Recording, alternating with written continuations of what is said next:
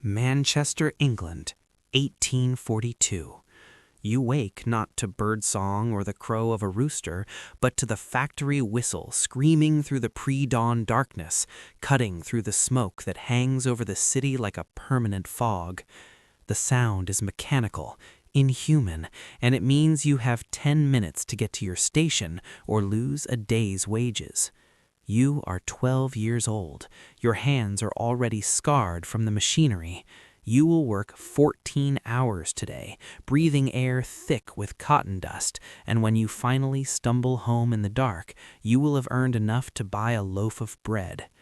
This is the future that human beings built for themselves, the world they created when they discovered that machines could do the work of 100 hands, that coal could be transformed into motion, that the rhythms of life that had governed human existence for 10,000 years could be shattered and remade in a single generation.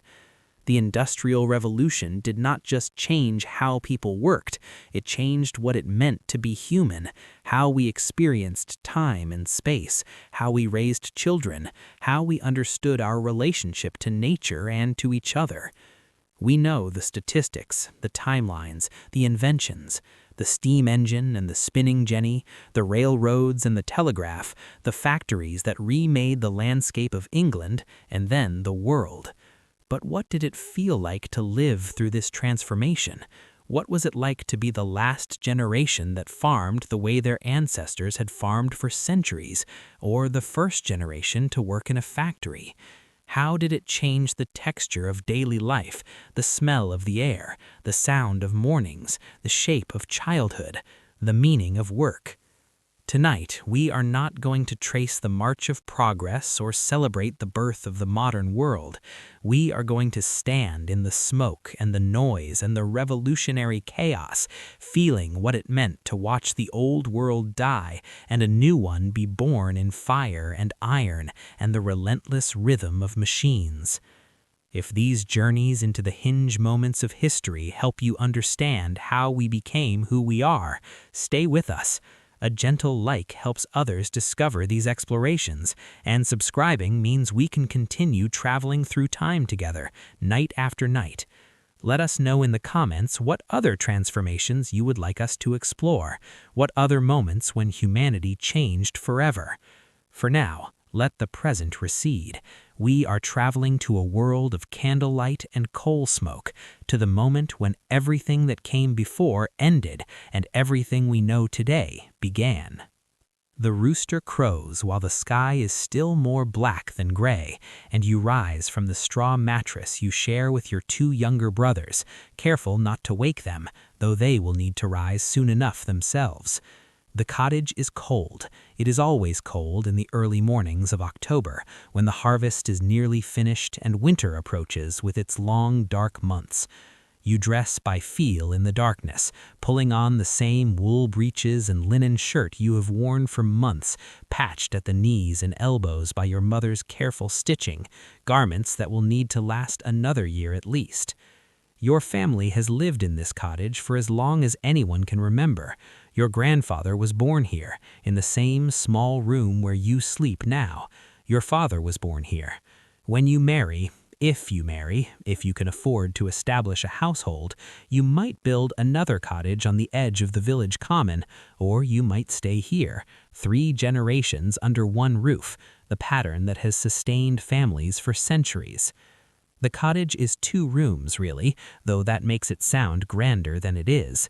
The main room contains the hearth where your mother is already coaxing the banked fire back to life, adding small pieces of wood that must be carefully rationed because fuel is precious. The second room is barely large enough for the mattress you share with your brothers, with a small space where your parents sleep behind a curtain hung for the illusion of privacy. There are no windows of glass, too expensive, just shutters that can be opened in good weather to let in light and air, closed against cold and rain. The floor is packed earth, swept clean each day, but still retaining the smell of earth and smoke and the accumulated lives of everyone who has walked across it.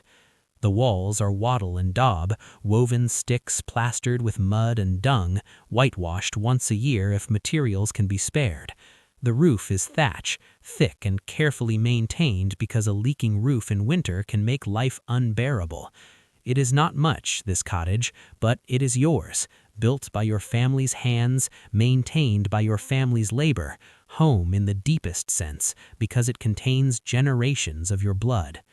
Your mother hands you a wooden bowl of porridge, oats boiled with water, no sugar or milk because those are luxuries beyond your family's means.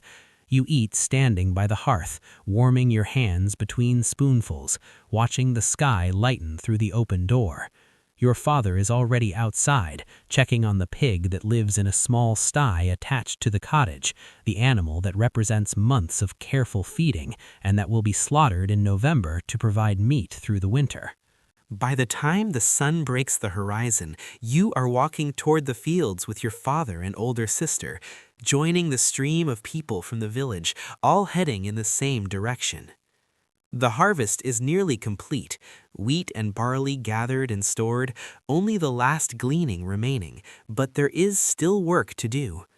The rhythm of your life is dictated by these agricultural cycles: plowing in spring, planting, tending through summer, harvesting in autumn, the brief respite of winter when work continues but at a slower pace, when darkness limits what can be accomplished. You know every person you pass on this walk. There is old Thomas, who has farmed the same strip of land for 60 years, whose back is bent from a lifetime of labor, but who still works every day. There is Mary Whitfield, the widow who supports herself and 3 children by spinning wool, her fingers always moving even as she walks, twisting thread with a small hand spindle. There is John the blacksmith, heading to his forge where he will spend the day repairing tools and shoeing horses, work that continues regardless of season. The village where you live, let us call it Birchfield, though it could be any of 1,000 such villages scattered across England, has perhaps 200 souls. Everyone knows their family history back generations, knows who is related to whom, who holds grudges and who owes debts. This intimacy is both comfort and constraint. You are never alone, never anonymous, always observed and observing, bound into a web of relationships that provides support but also demands conformity. The fields stretch out before you, divided into long strips that different families farm according to ancient custom. Your family has rights to farm several strips scattered across the common fields, a pattern that ensures everyone gets some good land and some poor land, some that floods in wet years and some that stays dry. This open field system has governed agriculture here for centuries, maybe since the Saxons first settled this land 1,000 years ago. You work alongside your father and sister, gleaning the wheat that the first harvest missed, gathering every stalk because nothing can be wasted. The work is monotonous. Bend, gather, tie into sheaves, stack, repeat. But it is work you have done every autumn of your life, work that feels natural because it follows the rhythms of human bodies, allows for conversation and rest, permits you to feel the sun on your back and the wind in the cut fields. Your father tells you about the harvest of 1788, when he was your age, when rain came during the cutting and half the crop rotted in the fields. He tells you about the great snow of 1795, when winter came early and bitter, when the frozen ground could not be worked for months. These stories are education, teaching you to read the signs of weather and season, to understand the precariousness of agricultural life, the thin margin between survival and disaster. Around noon, your mother and younger siblings arrive carrying bread and cheese and small beer, weak ale that even children drink because the water from the village well can make you sick. You eat sitting in the stubble, the whole family together, and this meal feels like abundance, even though it is simple fare. The bread is coarse, baked from rye and barley flour, dense and dark. The cheese is hard and salty, made from the milk of the family's one goat. But your stomach is full, and the autumn sun is warm, and for this moment, life feels manageable. The afternoon passes in more gleaning, your back beginning to ache from the constant bending, your hands rough from handling the wheat stalks, but there is satisfaction in the growing pile of sheaves, in the visible progress of work, in knowing that what you gather will help feed your family through the winter. This is work whose purpose is immediate and comprehensible. You harvest wheat so you can eat bread. You tend animals so you can have meat and wool. You repair your cottage so you have shelter. The connection between labor and survival is direct, unmediated by wages or markets or distant employers. As the sun approaches the horizon, you finish the day's gleaning and begin the walk back to the village. Your father carries a sheaf of wheat over his shoulder, and you carry another, smaller one. Tomorrow you will thresh it, separating the grain from the chaff by beating it with wooden flails, work that will occupy you for days. Then the grain will go to the mill to be ground into flour, but the miller will take a portion as his fee, so what you harvested will be diminished by the time it becomes bread. The evening in the village is gentle. People moving slowly after the day's work, tending to animals and gardens, preparing the evening meal, sitting outside their cottages to talk with neighbors while there is still light to see by. Children play in the common area, their games ancient and passed down through generations, throwing stones, chasing each other, singing rhymes that no one remembers the origin of. Your mother prepares the evening meal over the hearth fire, a pottage of vegetables from the garden, onions and cabbage and turnips, with a small piece of bacon for flavor. The cottage fills with the smell of cooking, and your younger siblings crowd around the pot, hungry from their own day's work, because even the youngest has tasks, gathering eggs from the chickens, pulling weeds from the garden, carrying water from the well.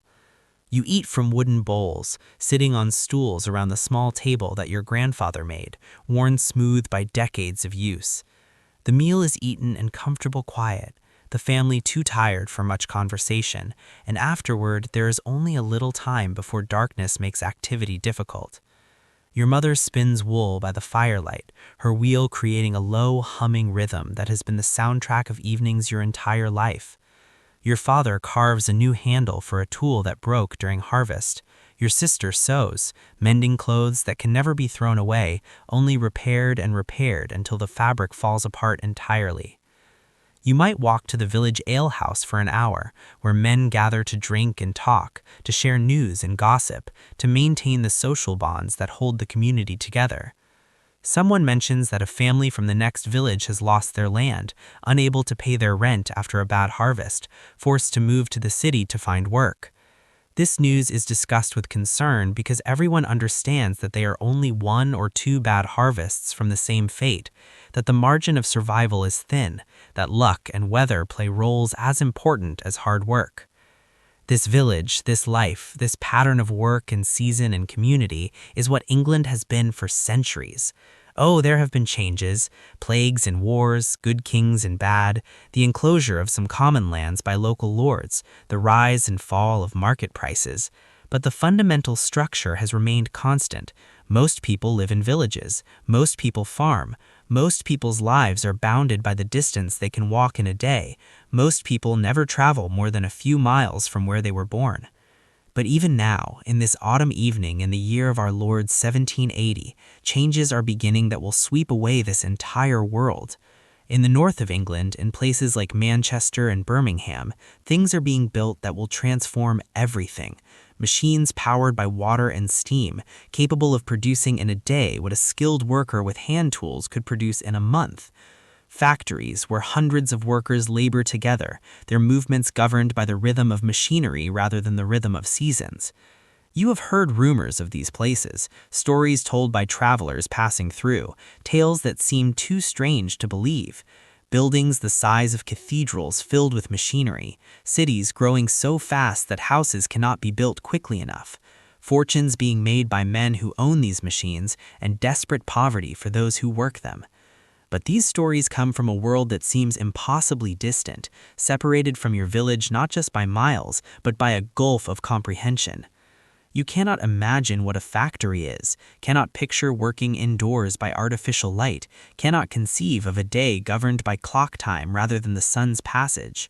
You cannot imagine living in a city of strangers, where you know no one and no one knows you, where your neighbors are not the families who have lived beside you for generations, but people who arrived last week and might leave next month. And you certainly cannot imagine that within your lifetime the world you know will be destroyed, that the common fields will be enclosed by parliamentary act, divided up and sold to wealthy landowners, leaving people like your family with nowhere to farm. That the cottage industries, the spinning and weaving that families do at home, working at their own pace, will be replaced by factories where you must work on someone else's schedule for someone else's profit. That the villages will empty as people flood toward the cities seeking work. That the ancient patterns of agricultural life will be disrupted and destroyed in a single generation. Tonight, sitting by the fire while your mother spins and the last light fades from the sky, you cannot know any of this. You only know the life you have always known, the rhythms that have governed human existence for 10,000 years, since the first farmers planted seeds and built the first permanent settlements. Your father banks the fire for the night, covering the coals with ash so they will last until morning, saving the labor of rekindling from scratch. Your family moves toward sleep, you and your brothers to your shared mattress, your parents behind their curtain, your sister to her small pallet in the main room. The cottage grows dark and quiet, the only sounds the settling of the thatch and the small movements of the family finding comfortable positions for sleep. Outside, the village is equally quiet. No streetlights, no late-night activity, just darkness and the occasional bark of a dog or cry of an infant. The sky above is thick with stars, uncountable stars visible in a way they will never be visible again once industry fills the air with smoke. The moon, waxing toward full, casts enough light to see the village lane, the church spire rising against the sky, the fields stretching away toward the forest. This is the world at rest, the old world, the world that has been. You sleep in patterns as old as humanity, deeply at first, then more lightly toward morning, waking occasionally and then drifting back, your sleep governed by your body's rhythms rather than by alarm clocks that do not yet exist. You dream, though you will not remember the dreams by morning. Perhaps you dream of harvest, the work your hands know so well that it continues even in sleep. Perhaps you dream of the girl from the next farm, the one you have been noticing lately, wondering if her father would accept you as a suitor, if you could establish a household, if you could afford to marry. Perhaps you dream of nothing at all, just the deep rest of a body exhausted by honest labor. The roosters will crow before dawn, and you will arise and begin another day much like this one, much like yesterday, much like tomorrow will be. The seasons will turn, winter's cold, spring's planting, summer's growth, autumn's harvest, in the cycle that has sustained life since agriculture began.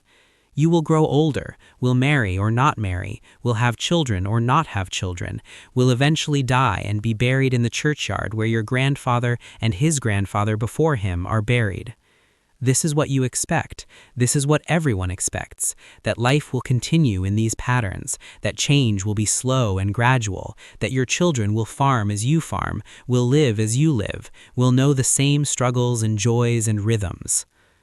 What you cannot know, what no one in the village can know, is that the machines are coming, that the factories are being built, that the railroads will soon cut through the ancient landscape, that everything you know, everything that has been true for your ancestors as far back as anyone can remember, is about to end. The Industrial Revolution is not something that happens to other people, in distant places, in stories. It is coming for you, for your family, for your village, for the entire world you know.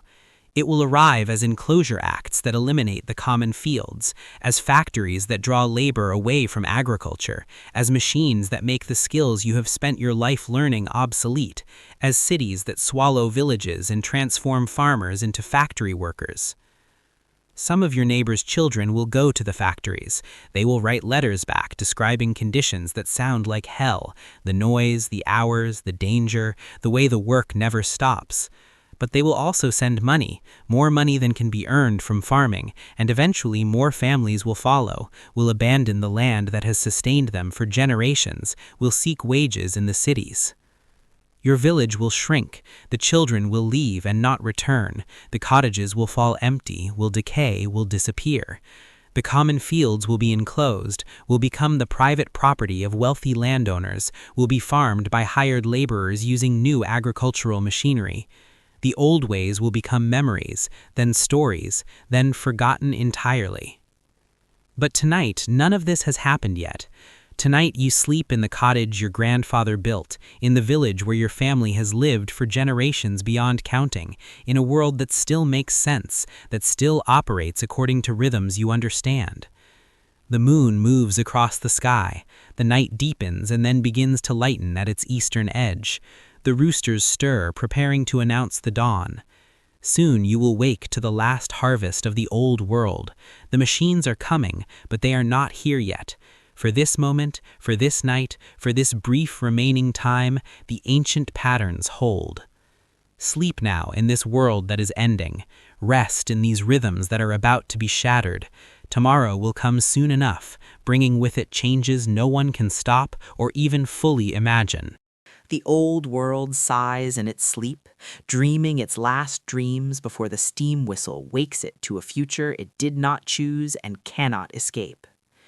But for now, there is only the darkness and the quiet and the slow breathing of a family at rest, living the last days of a way of life that has sustained human beings since the invention of agriculture, unaware that everything is about to change forever.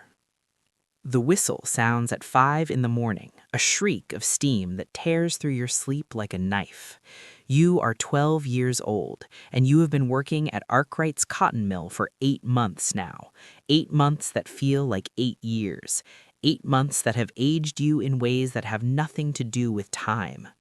You swing your legs off the pallet you share with 2 other children in the boarding house, your feet hitting the cold floor, your body aching in the places that always ache now, your back, your shoulders, your knees from the constant crouching beneath the machines. The room is barely light, the November dawn still hours away, but you dress by the glow of the single candle that the boarding house keeper allows, pulling on clothes that are stiff with the accumulated sweat and cotton dust of yesterday's work. There is no time for washing. You have 10 minutes to get to the mill or face a fine that will consume half a day's wages. You splash your face with water from the bucket in the corner, water that is ice cold and that several children have already used, and you hurry down the narrow stairs to the street. Manchester in 1825 is a city that never sleeps.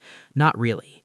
Even at 5 in the morning, the streets are full of workers streaming toward the factories, hundreds of people moving through the darkness like a river flowing toward the sea. The air is already thick with coal smoke, the smell that defines this city, that gets into your clothes and your hair and your lungs until you can taste it even in your sleep. You join the river, walking quickly because lateness means punishment, keeping your head down against the drizzle that seems to fall constantly in this place. The mill rises before you like a cathedral, 6 stories high, its windows glowing with gaslight, its chimney belching smoke into the gray sky. You have been told that it is one of the wonders of the age, that travelers come from across Europe to see these factories, to marvel at the machinery and the production, at how much cotton can be spun and woven by so few hands. But to you, it is simply the place where you spend every day of your life except Sunday, the building that has become more familiar than home, the machine that has consumed your childhood. You enter through the workers' gate, joining the press of bodies moving into the building, and you make your way to your station in the spinning room.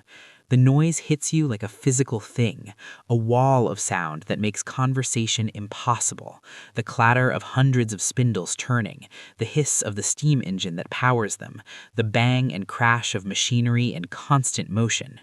You have been told that some workers go deaf after years in the mills. You believe it. Already you have learned to read lips, to communicate through gestures because the noise makes speech useless. The heat is the next thing you notice, and then the humidity. The spinning room is kept deliberately hot and damp because cotton threads break in dry air, so steam is pumped in constantly, keeping the temperature above 80 degrees even in winter, keeping the air so thick with moisture that it feels like breathing water. combined with the cotton dust that floats everywhere, creating a fog inside the mill, the air becomes something you must fight to breathe, something that makes you cough and wheeze by the end of each day. Your job is to be a scavenger, a child small enough to crawl beneath the spinning mules while they are running, to gather the loose cotton that falls to the floor, to clean the machinery, to retrieve broken threads and tie them back together. It is dangerous work. The machines have no guards, and if your clothes or hair get caught in the moving parts, you will be pulled in and crushed before anyone can stop the machinery. You have seen this happen. You have seen a girl's hand torn off when her sleeve caught in a gear. You have seen a boy killed when he slipped and fell into the path of the moving mule. So you are careful, terrifyingly careful, always aware of where the moving parts are, always calculating distances and timing, always ready to throw yourself backward if something goes wrong. The fear never leaves you. Even after 8 months, every time you crawl beneath the spinning mule while its hundreds of spindles turn and its heavy frame moves forward and back, you are aware that you might die here, that children die here regularly, that their deaths are recorded as accidents and their places filled by new children within days. The overseer is a man named Hobbs, and he carries a leather strop that he uses freely on children who work too slowly, or who pause to rest, or who show any sign of weakness. You have felt that strop across your shoulders more than once, have learned to keep moving even when exhaustion makes your legs shake, have learned to ignore the pain and the fatigue because stopping means punishment, and punishment means the strap or fines, or being sent home without pay. The day is divided not by tasks completed, but by hours on the clock, that round-faced tyrant that hangs on the wall where everyone can see it. In the village where you grew up, time was measured by the sun's position, by tasks completed, by the natural rhythms of agricultural work. You worked until the job was done, then you rested. Here, time is abstract and mechanical. You work from 5 in the morning until 7 at night, 14 hours measured in 60-minute increments, each hour exactly like the one before and the one after, the only variation being the brief breaks for meals.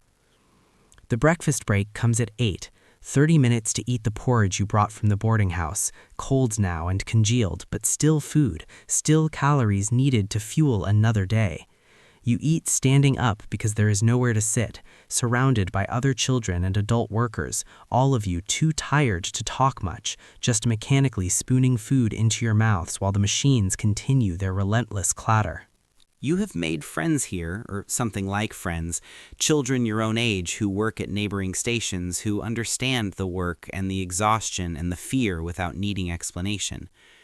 There is Sarah, who is 10 and has been here for 2 years, whose fingers are scarred from the times they have been caught in machinery, who sings while she works, soft songs you can barely hear but that help mark time. There is Thomas, who is 14 and who has been saving his wages to buy passage to America, who believes that across the ocean there is a better life waiting, though you doubt this secretly, suspecting that factories are factories wherever they are. These friendships are formed in stolen moments, the brief exchanges during meal breaks, the shared glances when the overseer is being particularly cruel, the small acts of kindness when someone is struggling.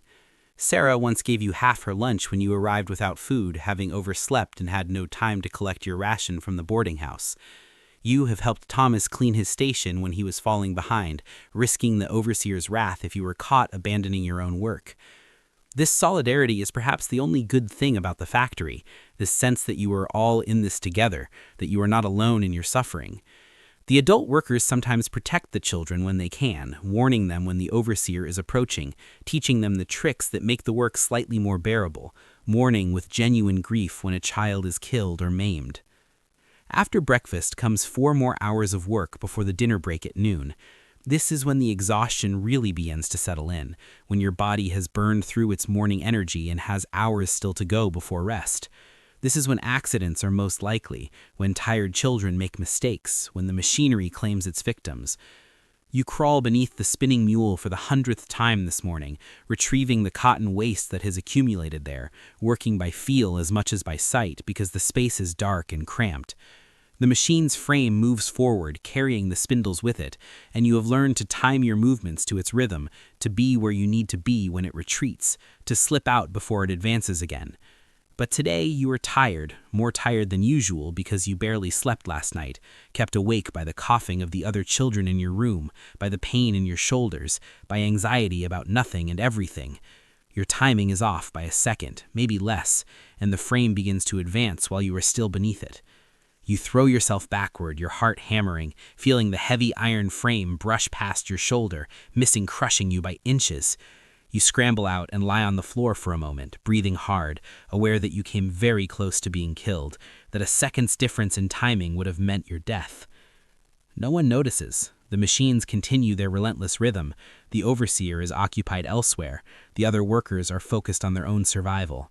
You stand up, brush the cotton dust from your clothes, and return to work, because what else can you do? The fear and the near miss are already fading, becoming just another moment in the endless stream of moments that make up a factory day. The dinner break is longer, 45 minutes, and some workers have brought actual meals, bread and cheese or cold meat if they can afford it. You have bread and dripping, fat from cooked meat spread on dark rye, and it tastes better than anything you have eaten in weeks because you are so hungry.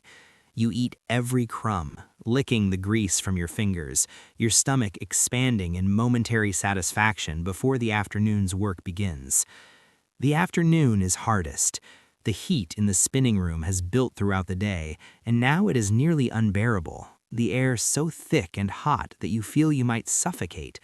The cotton dust makes you cough constantly, bringing up phlegm that is gray with the dust you have been breathing all day. Your clothes are soaked with sweat. Your head aches from the noise and the heat and the exhaustion. The afternoon is also when the overseers become more vigilant, watching for workers who are slowing down, for children who are struggling to maintain the pace. Hobbs makes his rounds, his strap at the ready, and you see him strike a boy who paused to wipe sweat from his eyes, see the boy's face redden with the blow, but his expression remain blank, because showing pain or anger will only bring more punishment. You have learned to work through the exhaustion, to keep your hands moving even when your mind drifts, to maintain the appearance of industry even when you are barely conscious of what you are doing. This is what factory work teaches. Not skill or craftsmanship, but endurance, the ability to become an extension of the machinery, to subordinate your human needs and rhythms to the machine's demands. Around you, the adult workers are doing the same, their faces blank with fatigue, their movements automatic, their bodies performing tasks that their minds no longer direct. These are people who were farmers or craftsmen, who knew the satisfaction of completed work, of tasks done well, of labor that produced visible results. Now they tend machines that never stop, that produce goods they will never see in their finished form, that belong to owners they have never met. Some of them drink. Gin is cheap and available, and it dulls the pain and the exhaustion, makes the endless hours more bearable. You have seen workers arrive already drunk, have seen them stumble through their shifts, have seen them injured because alcohol slowed their reflexes. The factory owners disapprove of drunkenness, but do nothing to address the conditions that drive workers to drink. At 6 o'clock, with an hour remaining before the end of the shift, the gaslight seems to dim slightly, or perhaps it is your eyes that are failing, exhausted from the strain of working in the heat and the dust. You blink and shake your head, trying to focus, trying to maintain the vigilance that keeps you safe. A girl at the next station has fallen asleep standing up, her body swaying, her hands still moving by habit, though her eyes are closed. Sarah nudges her awake before the overseer notices, and the girl startles back to consciousness, fear flooding her face as she realizes what happened. "Nearly there," Sarah mouths at you, though you can barely hear her over the machinery. "One more hour." 1 more hour feels like an eternity, but you have survived this day for 13 hours already, and you will survive 1 more. You always survive, until you don't, until the exhaustion or the machinery or the disease that incubates in these hot, damp, crowded spaces claims you. But not today. Today, you will survive. The final hour passes in a blur of exhaustion and mechanical movement, your body working while your mind floats somewhere else. somewhere far from this building and this machinery and this life. You think about your mother, whether she is still alive in the village, whether she wonders what happened to you. You were sent to the factory because the family could not feed another mouth, because factory work meant wages that could be sent home, because there was no other choice. You think about Sunday, your one day off, when you can sleep late and wake naturally and spend a few hours doing something other than factory work. Though in truth, Sunday is often spent in the mandatory Sunday school that the factory owners provide, where you are taught to read from the Bible and to be grateful for your employment, where you are instructed in the virtues of obedience and hard work and accepting your station in life. The whistle sounds at 7 o'clock, and the machinery begins to slow, the steam pressure dropping, the spindles winding down. The sudden reduction in noise is almost disorienting. Your ears are so accustomed to the constant roar that near silence feels strange and wrong. Workers begin cleaning their stations, sweeping up the accumulated cotton waste, preparing the machinery for tomorrow. You sweep your area mechanically, your movements slow with exhaustion, and then you join the stream of workers flowing out of the mill into the dark streets. It is fully night now, has been for hours, and you have spent the entire day indoors, have seen the sun only through dirty windows, have breathed nothing but the hot, damp, dusty air of the spinning room. The walk back to the boarding house is slower than the morning's rush. Your legs barely support you, your hip aches from the constant crouching, your lungs hurt from the cotton dust, your head pounds from the noise and the heat. Around you, other workers move with the same exhausted shuffle, and you understand that this is what the factory produces as surely as it produces cotton thread. Exhaustion, injury, disease, bodies worn out by the machinery's demands. At the boarding house, there is a thin soup and more bread, and then you collapse onto your pallet, too tired even to undress properly. Your roommates are doing the same, children and young people, all of them, all working in mills and factories, all too exhausted for conversation or play or anything except sleep. You close your eyes and the machinery is still there, the clatter and the motion and the relentless rhythm burned into your brain so deeply that you dream it every night. Dream that you are still at your station, still crawling beneath the spinning mule, still watching the clock and waiting for the whistle that will release you. Tomorrow you will wake to the 5 o'clock whistle and do it all again, and the day after that, and the day after that, 6 days a week, 52 weeks a year, for years that stretch ahead with no visible end. This is your life now. This is what the Industrial Revolution means for you, not progress or innovation or the wonders of modern technology, but 14-hour days of dangerous, exhausting work that grinds children into old people before their time. But you are alive, you are surviving, and in the moments between sleep and waking, you sometimes remember the village, the fields, the slower rhythm of agricultural work, and you understand that something has been lost, something precious, that you lack the words to name it or the power to reclaim it. The boarding house grows quiet as the children succumb to exhaustion, their shallow breathing untroubled, their small bodies damaged by work that should never have been theirs. Outside, the city continues its industrial rhythm, the factories burning coal through the night, the machines that need no sleep preparing for tomorrow's shift. You dream of clean air and open fields, of time governed by the sun rather than by the clock, of work that your hands could shape and complete rather than endless tending of machines. You dream of a childhood you never had, stolen by the factories before you knew what was being taken. But even in your dreams, you hear the machinery, feel the heat and the dust, know that the whistle will sound in a few short hours and you will rise and return to the mill, because you have no choice, because this is how the world works now, because the Industrial Revolution has decided that children's bodies are fuel for the machines just as surely as coal is fuel for the steam engines. Sleep now, in this brief darkness before the whistle screams again. Rest while you can. Tomorrow the machinery awaits, patient and hungry, ready to consume another day of your brief and precious life.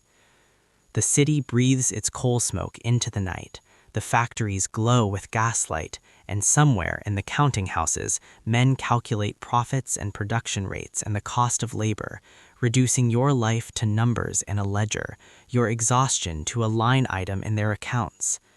But you do not think about them. You only think about sleep, about the few hours of unconsciousness that separate you from tomorrow's shift, about surviving one more day in the satanic mills that are building the modern world on the broken bodies of children. Rest. Dream what dreams you can. Morning comes soon enough. The first time you see a steam locomotive, you do not believe it is real. You are standing with a crowd of villagers on a hillside overlooking the construction site where the Liverpool and Manchester Railway is being built, and someone points toward the east and says, there it is."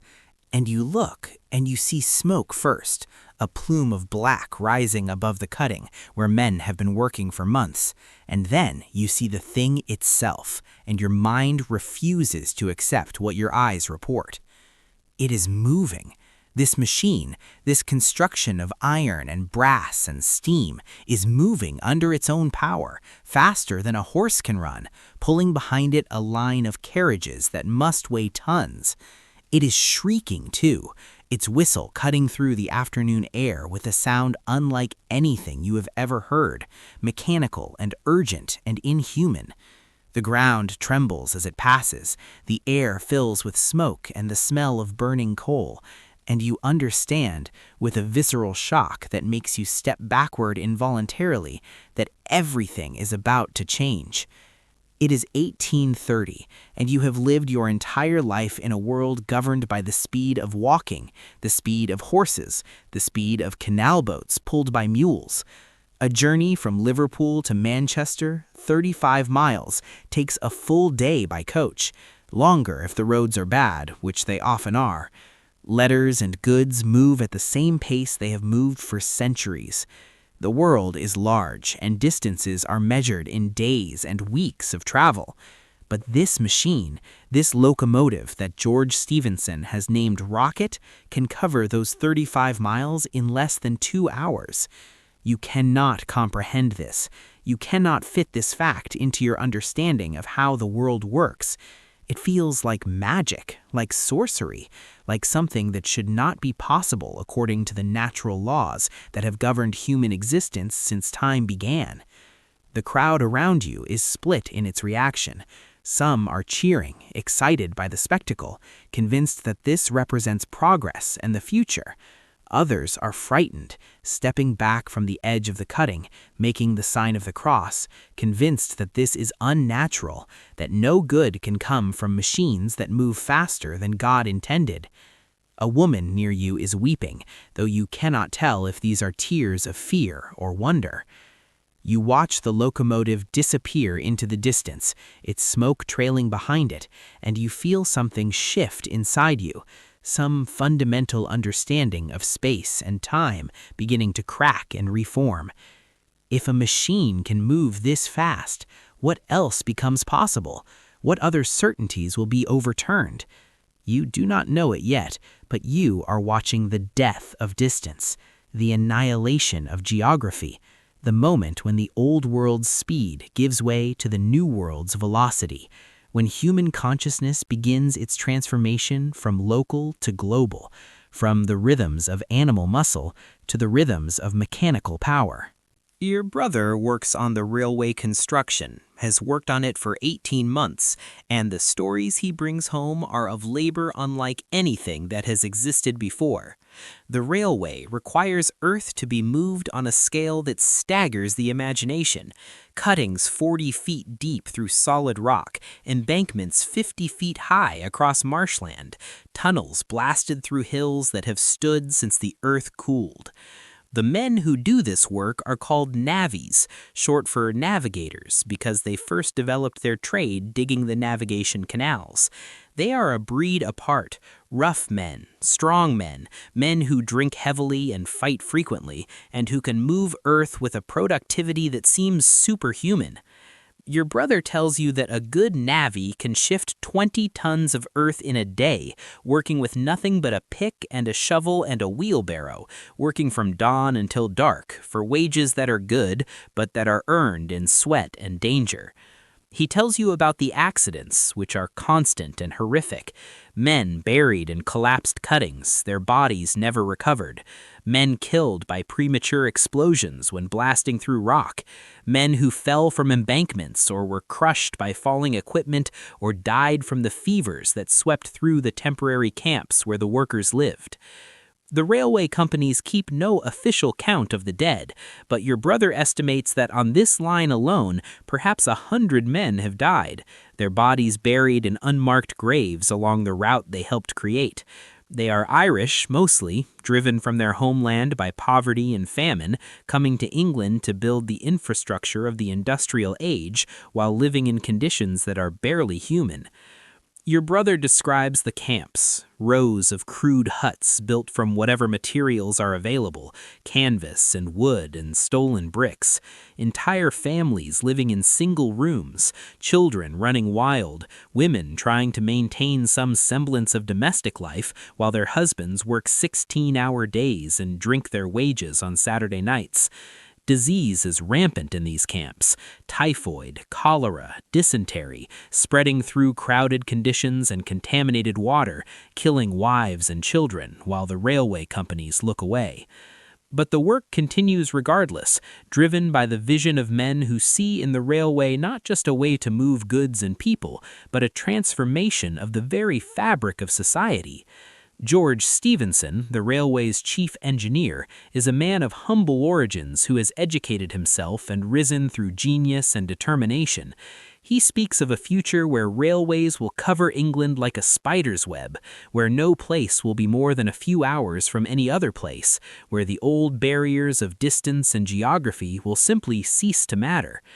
Your brother is skeptical of such grand visions. He focuses on the immediate and concrete, the cutting that needs to be completed by next month, the wages that feed his family, the back-breaking labor that leaves him too exhausted to think about futures or transformations. But even he can see that something unprecedented is being built, that the railway represents a rupture with the past more profound than anything else he has witnessed. You are not important enough to ride on this first journey, but you join the thousands who line the route, watching from hillsides and bridges and the edges of cuttings as the trains pass. The spectacle is magnificent and terrifying in equal measure. The locomotives belching smoke and steam, the carriages filled with people waving and cheering, the speed that makes your heart race just watching it. But the day also brings tragedy that will be remembered longer than the celebration. At Parkside, where the trains stop to take on water, a member of Parliament named William Huskisson steps onto the track to speak with the Duke of Wellington. He does not hear the approaching locomotive, Rocket itself, traveling on the second track, and when he finally sees it, he panics and stumbles. The locomotive strikes him, crushing his leg, and he dies that evening in agony despite the best efforts of doctors. This death, the first passenger railway fatality, casts a shadow over the celebration, but it does not stop the railway's operation. Within weeks, trains are running regularly between Liverpool and Manchester, and the world begins to understand what this means. The most immediate impact is commercial. Goods that once took a day or more to transport now move in hours. Cotton from Liverpool's port reaches Manchester's factories the same day it is unloaded from ships. Finished goods flow back to Liverpool for export with equal speed. The cost of transport drops dramatically from 10 shillings per ton by canal to 4 shillings by rail, making goods cheaper and trade more profitable. But the railway transforms more than commerce. It changes how people experience time and space, changes consciousness itself in ways that are difficult to articulate but impossible to ignore. You take your first railway journey in 1831, traveling from your village to Manchester on business, your first time leaving the immediate area where you were born, a journey that would have been unthinkable before the railway made it possible and affordable. You pay a few shillings for a third-class ticket and join the crowd waiting on the platform, a raised structure that itself represents something new, an architecture designed specifically for this new form of transport. The train arrives with its characteristic shriek and hiss, and you board a third-class carriage that is essentially an open wagon with benches, no protection from the elements, sparks from the locomotive falling like rain. The whistle sounds and the train begins to move, slowly at first, and then with gathering speed that makes your stomach lurch and your hands grip the wooden bench. The sensation of railway travel is unlike anything you have experienced. The speed is intoxicating and nauseating in turns. You're moving faster than you have ever moved, faster than human beings were meant to move, and your body does not quite know how to process this experience. The landscape blurs past the open sides of the carriage, fields and trees and buildings becoming a smear of color rather than distinct objects. Some passengers are sick, vomiting over the side of the carriage from the motion and the smoke, and the sheer overwhelming strangeness of it. Others laugh with exhilaration, standing up despite the danger to feel the wind in their faces, to experience this speed that feels like flying. You are somewhere between these extremes, gripping the bench and watching the world rush past, and feeling something fundamental shift in your understanding of what is possible. Time behaves strangely on the railway. You've been traveling for what feels like an hour, but check your pocket watch and discover only 20 minutes have passed. The compression of time that comes from such speed is disorienting. You cannot trust your internal sense of duration, cannot judge how long you have been moving by the usual markers of fatigue and changing light. And the landscape itself looks different at this speed. You notice things you would never see from a walking pace. The patterns of fields laid out below you as the railway cuts through hills, the way smoke from cottages creates horizontal lines in the wind, the geometric precision of canals and roads that becomes visible only from this perspective and this speed. But you also miss things, cannot see the details that walking would reveal, cannot smell the seasons or feel the texture of the path beneath your feet. The railway creates a new kind of distance, even as it annihilates the old kind. You move through the landscape rather than in it, separated from the earth by iron and speed, observer rather than participant. The journey from your village to Manchester takes less than an hour, a distance that would have required most of it day by walking or by coach. When you arrive at the Manchester station and disembark, stepping onto the platform on legs that feel strange after the train's motion, you understand that you have not just traveled through space, but through time as well. The journey that would have placed you firmly in yesterday has instead deposited you in the present moment, has compressed time in a way that feels almost like magic. Manchester itself has been transformed by the railway. The station is new, a vast shed of iron and glass that rivals cathedrals in its scale and ambition. Around it has grown up an entirely new neighborhood, warehouses and hotels, businesses that exist solely to serve the railway trade, a whole ecology of commerce that did not exist 5 years ago. The city is growing at a rate that seems impossible, swelling with workers drawn by the factories and the opportunities, and the simple fact that the railway makes it accessible in ways it never was before. Villages that were half a day's journey from Manchester are now 40 minutes away, close enough that people can live there and commute to work in the city, creating the first suburbs, the first separation between workplace and home that will define modern life. But this growth comes with costs. The railway has cut through neighborhoods like a knife, demolishing houses and displacing residents, creating a physical barrier that divides communities. The noise of the trains, the smoke from the locomotives, the cinders that rain down on nearby buildings, these are the prices that those who live near the railway pay for progress they may not have chosen. You spend the day in Manchester conducting your business, and as you walk through the city's streets, you notice changes that are directly attributable to the railway's influence. Shops selling goods from London, delivered by train, offering variety that would have been impossible before. Newspapers from that morning, less than a day old, when news used to be a week old by the time it reached Manchester. People speaking with accents from distant parts of England, people who are here because the railway made it possible to come. Time itself is changing in Manchester, and you see evidence of this in a poster at the railway station announcing new standard time. Before railways, every town set its clocks by local solar noon, which meant that noon in Manchester came 4 minutes after noon in Liverpool, which came 3 minutes after noon in London. These differences did not matter when travel was slow, when a 4-minute discrepancy was lost in the hours or days of journey time. But railways require schedules, require that arrivals and departures be precisely coordinated, require that time be standardized across distances. So the railway companies are imposing railway time, synchronized clocks that ignore local solar time and instead maintain uniformity across the network. You are witnessing the birth of standardized time, the moment when the sun's position stops being the determinant of the hour, when time becomes abstract and mechanical, governed by distant authorities rather than by local observation. This standardization of time is just one example of how the railway is changing consciousness, changing how people experience and understand the world. Distance is being redefined not in miles but in hours and minutes of travel.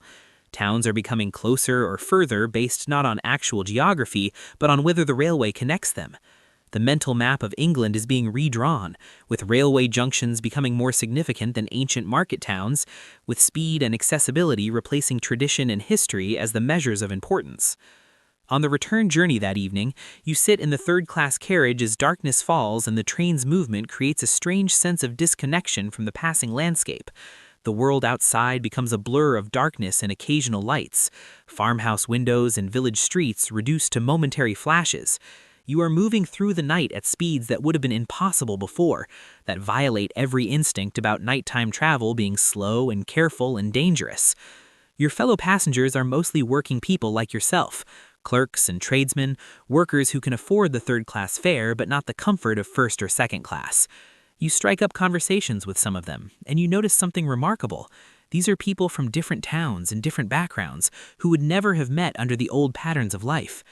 The railway is creating new forms of social mixing, bringing together people who would have lived their entire lives in isolation from each other, creating the possibility of a more mobile, more connected society. But this mobility has its casualties. You hear a man speaking with sadness about leaving his village to find work in Manchester, about how the railway has made it possible for him to visit his family occasionally, but has also made it necessary for him to leave them in the first place. The railway creates connection and separation simultaneously, makes movement possible while making stability harder to maintain. Over the next years, you watch as the railway network expands across England with a speed that mirrors the trains themselves. The success of the Liverpool and Manchester Railway sparks a frenzy of construction, hundreds of miles of track being laid each year, companies forming and competing, and sometimes going bankrupt, fortunes made and lost in railway speculation. The landscape is being transformed on a scale that has no precedent. Cuttings and embankments scar the countryside. Viaducts march across valleys on stone arches that will stand for centuries. Tunnels bore through hills with a disregard for natural obstacles that seems almost arrogant. The railway goes where it wants to go, reshaping the land to serve its needs rather than adapting to existing terrain. Your own village is bypassed by the railway, which runs 3 miles to the south, and you watch as this decision slowly drains life from the place. Young people leave to seek work in towns that have railway stations. Businesses fail because they cannot compete with goods brought cheaply by rail from distant manufacturers. The weekly market shrinks as people take the train to larger towns with more selection and better prices. Within a generation, your village has shrunk from 200 souls to less than 100. The cottages stand empty, the common lands are enclosed, the old ways of life simply evaporate because the railway has made them obsolete. Geography itself has become a matter of whether you are on the railway network or off it, connected or isolated, part of the future or stranded in the past. But in towns that do have railway connections, the transformation is dramatic and positive, at least for some. Businesses boom, property values soar, new industries spring up, hotels for railway travelers, restaurants for those passing through, shops selling goods to customers who can now come from 50 miles away as easily as from 5. You see seaside towns transform from sleepy fishing villages into holiday destinations because the railway makes them accessible to workers from industrial cities seeking a day's escape. You see market towns become industrial centers because the railway can bring coal and iron and carry away finished products. You see ancient patterns of trade and commerce overturned as the railway creates new routes and new connections that ignore the old road networks and river systems. The human costs of this transformation are rarely counted in the celebration of progress. The navvies who built the railways die in their thousands, their sacrifice unmarked except in the profits of railway companies and the convenience of passengers. Communities divided by railway cuts receive no compensation for the noise and smoke and disruption. Those left behind by the railway's selective development simply disappear from history, their villages abandoned, their ways of life forgotten. But the railway continues its expansion regardless, driven by the logic of capital and competition and the intoxicating promise of speed. By mid-century, you can travel from London to Edinburgh in 12 hours, a journey that would have taken a week by coach. You can send a letter in the morning and have a reply by evening. You can read news from London the same day it is printed, can buy goods manufactured in Birmingham and shipped overnight, can live in one town and work in another. The railway has annihilated distance, has compressed time, has made the world simultaneously larger and smaller, larger because more of it is accessible, smaller because it can be traversed so quickly. And in doing so, it has changed what it means to be human, has altered consciousness in ways that will never be reversed, has created a new experience of space and time that will define modernity. You are an old man now, and when you think back to your childhood, to the world before railways, it seems impossibly distant, impossibly slow, almost dreamlike in its permanence and locality. You remember when Manchester was a day's journey away, when news took a week to arrive, when the world was the size of what you could walk in a day. That world is gone, destroyed by iron and steam and the relentless logic of industrial progress.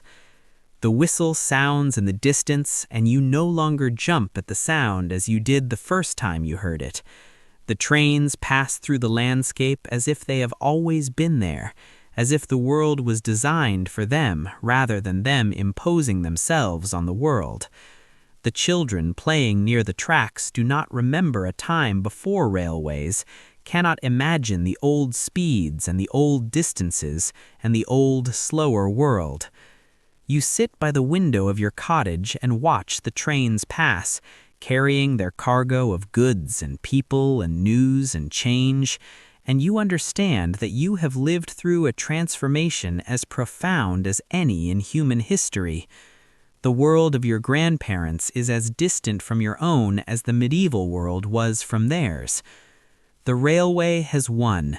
Distance has been annihilated. Time has been compressed and standardized and mechanized, and humanity has been changed forever, for better and for worse, into creatures who move at speeds our bodies were never designed for, who live in connection with distant places while disconnected from our immediate surroundings, who measure our lives by the clock and the schedule rather than by the sun and the seasons. The iron road stretches across the land, carrying the future on iron wheels, leaving the past behind in villages that the railway bypassed and forgot. And you, who remember both worlds, who have lived through this hinge of history, can only watch as the trains pass and wonder what has been gained and what has been lost, what it means to be human in this new age of steam and speed and iron. The whistle sounds again, receding into the distance, and with it goes another piece of the old world, another memory of slowness and locality and the human scale of things. Rest now in this transformed world. Tomorrow the trains will run again, carrying their cargo of progress and change, relentless as the machines themselves, unstoppable as the future. You are 6 years old when you are sold. That is not the word your parents use. They say you are being apprenticed, that you are going to learn a trade, that this is an opportunity, that the £5 the parish pays them for your indenture will help feed your younger siblings through the winter. But you understand, in the way children understand things they cannot articulate, that you are being sold, that you are leaving your family forever, that the childhood you might have had is ending before it properly began. The parish workhouse in London has a contract with a cotton mill in Lancashire, 300 miles north. You will travel there in a wagon with 20 other children, all of you between 6 and 10 years old, all of you paupers that the parish is happy to be rid of, all of you about to become the labor that will feed the machines of industrial England. The wagon leaves before dawn, and you do not cry when your mother kisses you goodbye, because you have already learned that crying changes nothing, that the world cares very little for what children want or feel. The journey takes 5 days. You sleep in the wagon at night, huddled with the other children for warmth. You are fed bread and water twice a day, just enough to keep you alive for delivery. Some of the children cry constantly. Others are silent, withdrawn into themselves. You are somewhere between, numb with the incomprehensibility of what is happening, too young to understand, but old enough to know that you are afraid. The mill rises before you on the 6th morning, a vast brick structure 5 stories high, its chimney belching smoke into the gray Lancashire sky. You are herded into the building and assigned to the apprentice house, a dormitory where you will sleep with 40 other children in a room that would be crowded with 20. The beds are arranged in shifts. When the day workers finish their 14-hour shift and stumble to bed, the night workers rise and take their place at the machines. The beds are never cold, never empty, always occupied by exhausted children falling into sleep so deep it resembles unconsciousness. Your work begins the next day. You are assigned to the spinning room, where your job is to crawl beneath the moving machinery to gather loose cotton, to tie broken threads, to clean the accumulated dust and debris while the machines continue running above you.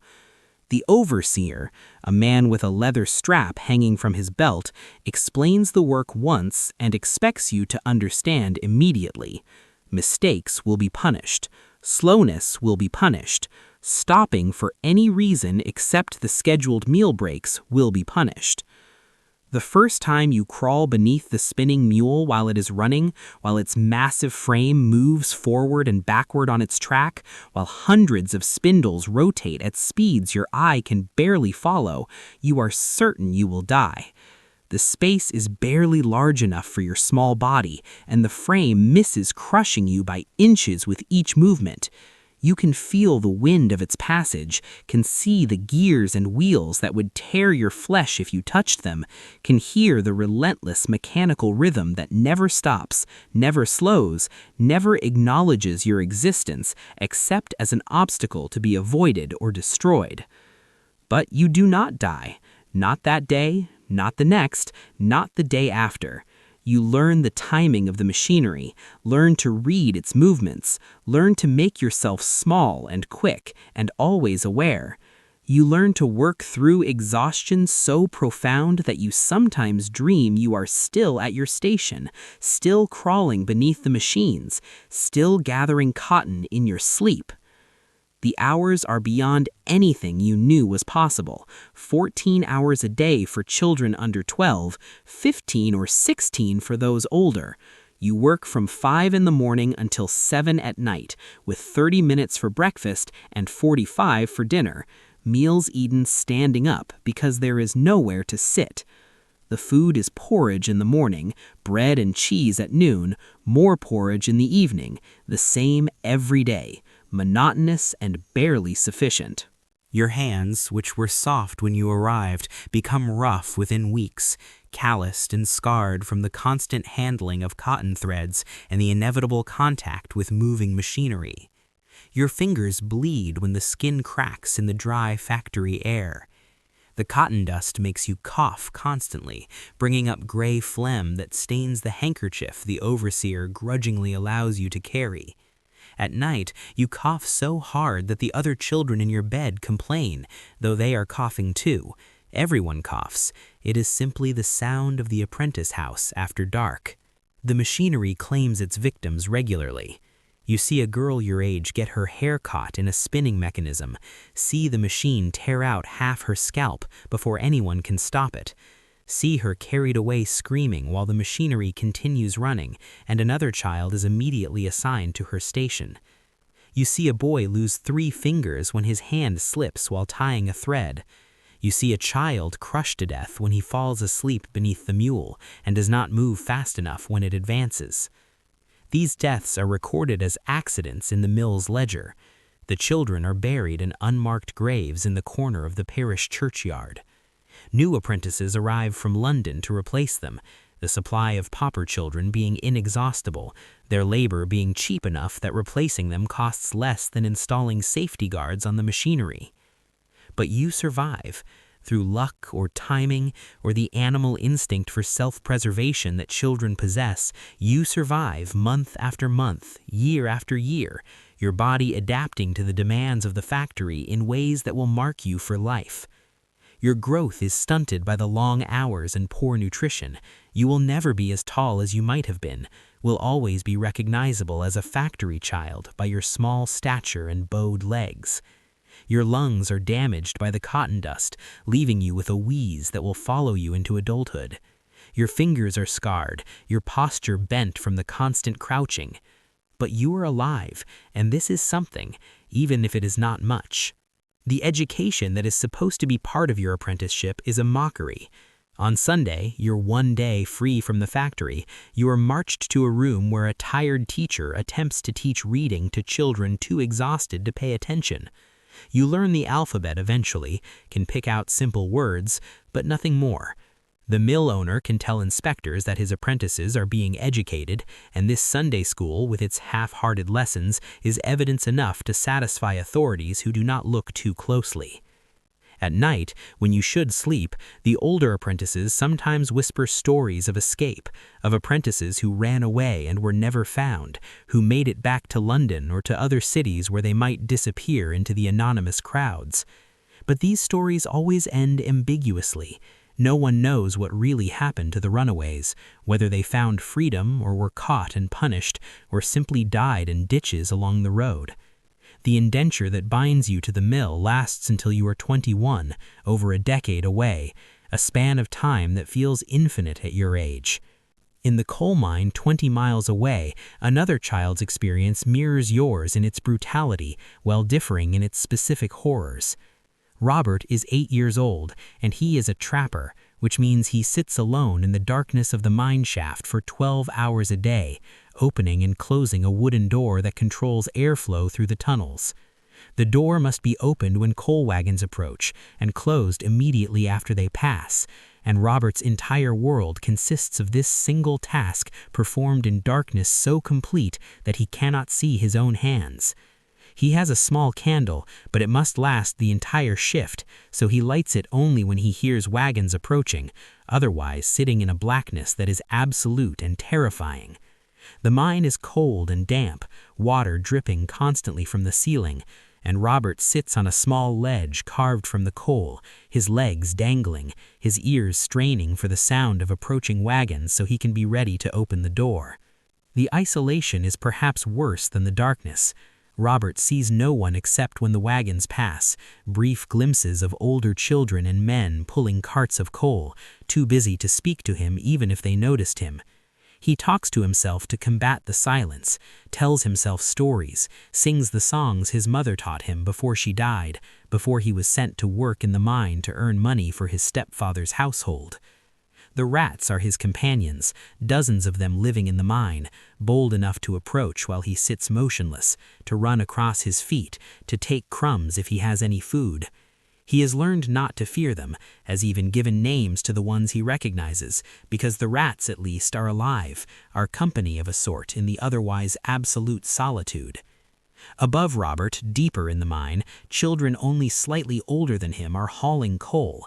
They work as hurriers, pulling or pushing wagons through tunnels too low for horses, crawling on hands and knees through passages barely 2 feet high, the weight of the earth pressing down above them, the darkness broken only by the small lamps on their caps. They wear leather harnesses attached to the wagons by chains, and they pull like animals, like beasts of burden, their backs bent and their hands and knees raw from the rough stone floor. Sarah is one of these hurriers, 10 years old and pulling wagons for 12 hours a day through the mine's intestinal passages.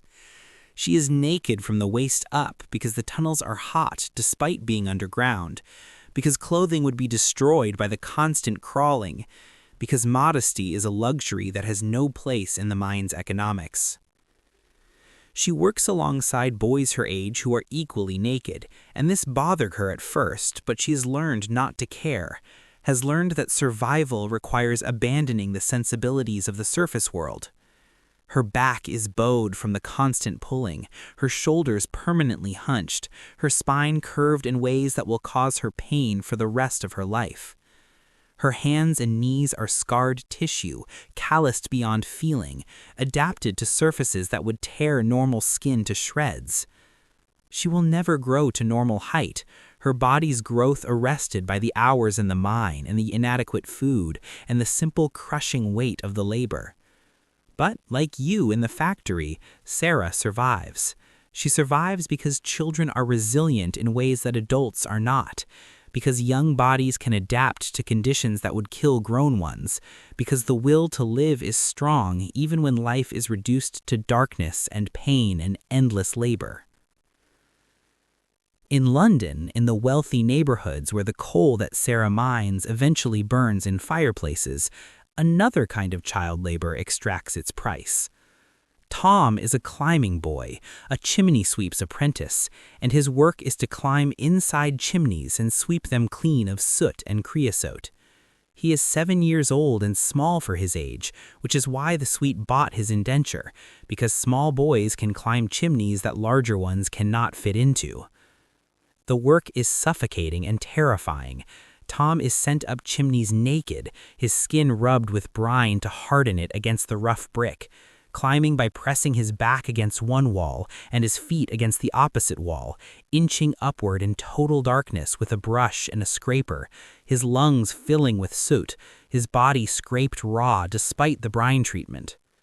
Some chimneys are so narrow that Tom becomes stuck, wedged tight by the walls, unable to move up or down, panicking in the darkness while the master sweep calls up to him to calm down, to breathe slowly, to work himself free inch by inch.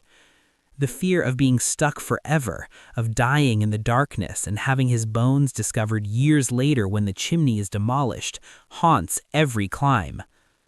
The soot gets everywhere, in his hair, his eyes, his mouth, coating his skin, working into every pore. He breathes it constantly, and it is destroying his lungs, though he will not know this until later, when the chronic breathing problems and the cancer that kills climbing boys in their 20s or 30s finally manifests. His knees and elbows are raw from the climbing, often bleeding, and the master sweep rubs salt into the wounds to toughen the skin, an agonizing process that Tom endures without crying, because crying leads to beatings. At night, Tom sleeps in the cellar with the bags of soot collected during the day, breathing the soot even in his sleep, his small body black with accumulated grime, because the master sweep believes that washing softens the skin and makes climbing more difficult. Once a month, he is dunked in a trough of cold water, and the worst of the soot is scrubbed off, but he is never truly clean, will never be truly clean until his indenture ends, or he dies, whichever comes first. These are the children of the Industrial Revolution. You in the cotton mill, Robert in the coal mine, Sarah pulling wagons in darkness, Tom climbing chimneys, and there are hundreds of thousands of you, perhaps millions across industrial Britain. Your childhoods consumed by machinery and profit, your bodies broken before they finish growing, your lives measured not in years of potential, but in units of productive labor. But something is beginning to change, slowly, like the turning of a vast and reluctant ship. There are people who are noticing, who are asking whether this is necessary, whether a society's progress should be built on the bodies of children, whether there might be limits to what can be justified in the name of industry and profit. Lord Ashley, who will later become the Earl of Shaftesbury, is one of these people. He is an aristocrat and an evangelical Christian who believes that what is happening to children in factories and mines is not just unfortunate, but sinful, a violation of God's law and human decency. In 1840, he chairs a commission investigating child labor in the mines, and the testimony gathered shocks even those who thought they understood the conditions. The commissioners record statements from children like Sarah, who describes her work pulling coal through passages where the roof is so low that she is obliged to go on hands and feet, and in some places it is so low that she is obliged to lie flat and propel herself forward with her hands and feet. They interviewed trappers like Robert, who sit in darkness for 12 hours, who tell the commissioners matter-of-factly about the rats and the cold and the loneliness. They document cases of children as young as 5 working underground, of girls and boys working naked together in the heat of the DEET shafts, of accidents that kill and maim with regularity. The report is published in 1842, complete with illustrations showing children harnessed like animals, pulling wagons through tunnels, and the images create a scandal. Middle-class readers who had never thought about where their coal came from are confronted with evidence that their comfortable fires are made possible by the suffering of children in conditions that seem medieval in their cruelty. The result is the Mines Act of 1842, which prohibits the employment of women and girls underground and sets a minimum age of 10 for boys working in mines. It is a small reform, inadequate in many ways, but it represents a crucial shift, the acknowledgement that there should be limits to child labor, that the market cannot be allowed to operate without constraint when children's welfare is at stake. For you, in the cotton mill, reform comes even more slowly.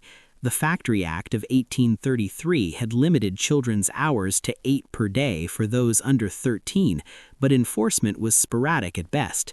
Mill owners forged age documents, inspectors were too few and too easily bribed, and the economic pressure to maintain production overwhelmed humanitarian concerns.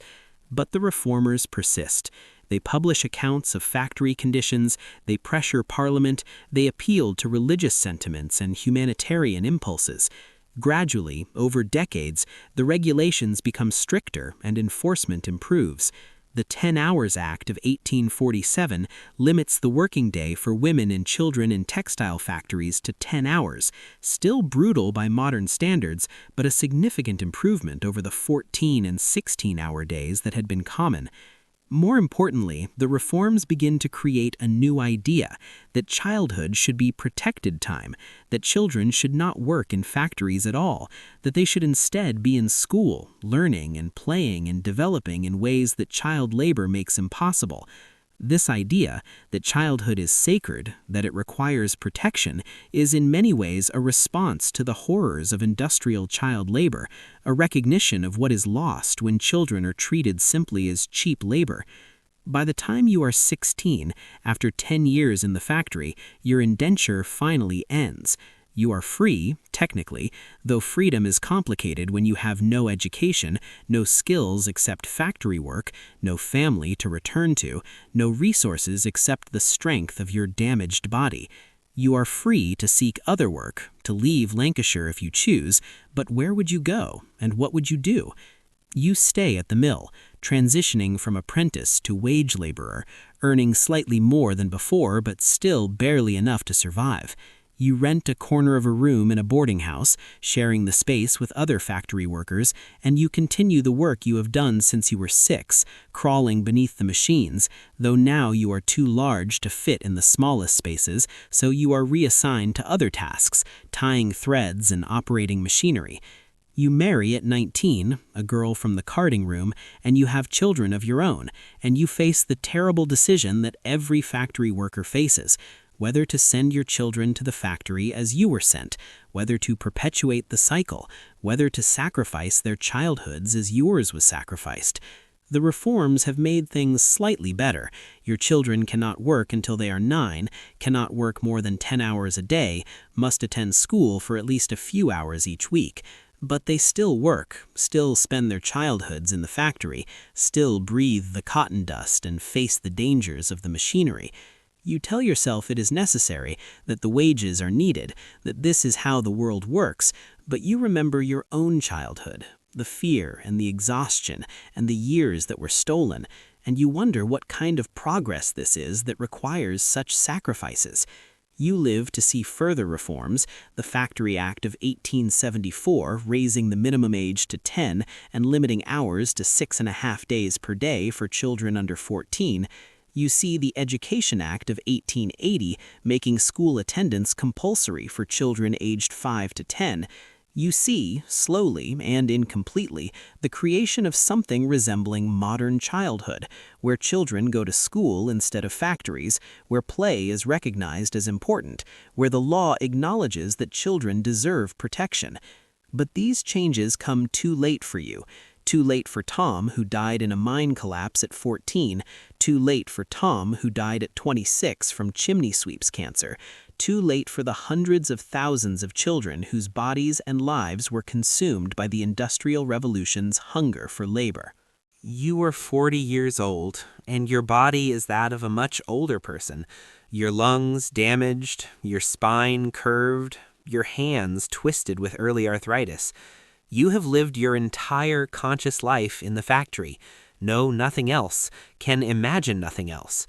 The childhood you might have had, playing, learning, growing at a human pace rather than a machine's pace, exists only as an absence, a ghost of something that never was. On Sundays, when the factory is quiet, you sometimes walk past the schools where children now learn to read and write and calculate. You watch them playing in the yards, running and laughing with an energy and joy that seem alien to your own experience. This is what childhood looks like when it is protected, when it is allowed to be childhood rather than preparation for industrial labor. You feel something complicated watching these children. Gladness that they have what you did not, anger that the reforms came too late for you, sadness for all the years that were taken. But mostly you feel tired, the deep exhaustion that has been your constant companion since you were 6 years old and first crawled beneath the spinning mule. The irony is not lost on you. The factories that destroyed your childhood and the childhoods of millions of children like you also created the wealth that made it possible to imagine childhood as a time of protection and development. The Industrial Revolution generated such productive capacity that child labor became unnecessary, at least in the industrialized nations. Children could be removed from the workforce because machines and adult labor were now sufficient to generate the needed production. So the very system that had exploited you eventually made that exploitation unnecessary. But this was not a natural evolution. It required decades of reform movements, of public outcry, of laws passed against fierce resistance from factory owners who insisted that child labor was necessary, that restrictions would destroy British industry, that interfering with the labor market was dangerous and unnecessary. The reformers won, slowly and incompletely, not because the market decided child labor was inefficient, but because human conscience insisted that some things matter more than efficiency, that children's welfare could not be sacrificed on the altar of production. You are old now, though you are not yet 50, your body used up by the factory, by the years of labor that began before your bones finished growing. You sit in the evening in your small room and think about the children you see going to school, and you feel yourself standing at a hinge of history, having lived through the worst of the exploitation and the beginning of the reforms, having experienced both the hell of unrestricted child labor and the first stirrings of the idea that children deserve protection. Your grandchildren, you have 3, miraculously, given the mortality rates among factory workers, will grow up in a different world. They will attend school until they are 13, will learn to read and write with fluency you never achieved, will have childhoods that include play and rest and gradual development rather than immediate immersion in industrial labor. They will not work in factories as children. The law will not permit it, and society will not accept it, and the economy will not require it. This is what progress looks like, you suppose. Not that your suffering is vindicated or redeemed, but that future generations are spared it, that the lessons were learned, even if they were learned on the bodies of children who had no choice and no voice. You close your eyes and remember the darkness beneath the spinning mule, the terror of the moving machinery, the exhaustion that was your constant companion from age 6. You remember the other children, the ones who died or were maimed, whose names you have forgotten, but whose faces sometimes appear in your dreams. The factory whistle sounds in the distance, calling the next shift to work, but it no longer calls children. That battle, at least, has been won. The mills may still be satanic, still dangerous and exhausting and soul-crushing for the adults who work in them, but they are no longer staffed by 6-year-olds pulled from workhouses, no longer fed by the bodies of children who should have been playing. It is not enough. It does not undo what was done to you and to millions like you, but it is something. The children of the revolution destroyed childhood, but from that destruction came the recognition that childhood is precious, that it requires protection, that a society's progress cannot be measured only in production, but must also be measured in how it treats its most vulnerable members. Rest now, in the knowledge that your suffering was not meaningless, that it helped create the conscience that eventually said, "No more." Sleep in the understanding that the children you see going to school tomorrow have that opportunity because reformers saw what happened to children like you and decided it was unacceptable. The Industrial Revolution's greatest crime was what it did to children. Its eventual redemption was the childhood it made possible by making child labor unnecessary. You lived through the crime. Your grandchildren will inherit the redemption. It is the best you can hope for, and it will have to be enough. You live in a cellar in Bethnal Green, in the East End of London, in a room that floods with sewage whenever it rains. The room is 10 feet by 12, and it houses your family of 7, you and your wife, and 5 children, the oldest 9 and the youngest still nursing. The ceiling is so low that you cannot stand upright, and there are no windows, just a grating at street level that lets in a dim twilight even at noon. The walls run with moisture constantly, creating a dampness that gets into your bones, into your lungs, into your children's coughs that never quite go away. It is 1848, and London is swelling like an infected wound. 2 million people crowd into a city built for half that number, and more arrive every day. Refugees from Ireland's famine, workers displaced from the countryside by enclosure, people drawn by the promise of factory work or any work at all. The city cannot house them, cannot feed them, cannot provide water or sanitation or any of the infrastructure that human habitation requires. So they pack into whatever spaces exist, cellars like yours, attics divided and subdivided, houses built back to back in airless courts where sunlight never penetrates. You pay 3 shillings a week for this cellar, nearly half your wages as a casual laborer at the docks. The landlord has never visited, would not recognize you if he passed you in the street, collects his rents through an agent who shows no more interest in the conditions than the landlord does. The cellar came as it was, no furniture, no amenities, just 4 walls and a dirt floor that becomes mud when the sewage backs up.